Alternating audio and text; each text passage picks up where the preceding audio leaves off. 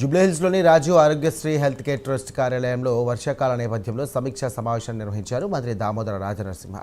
ITDA programme అధికారులతో గతంలో తీసుకున్నటువంటి నిర్ణయాల అమలుపై వ్యక్తిగతంగా ఆయన ఆరా తీశారు.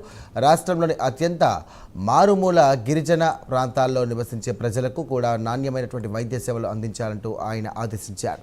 ఇక అడవులు, కొండలు, రవాణా సమస్యలు ప్రజలకు వైద్య సేవలు అందించడంలో అడ్డంకులు కాకూడదంటూ కూడా అధికారులను ఆదేశించారు.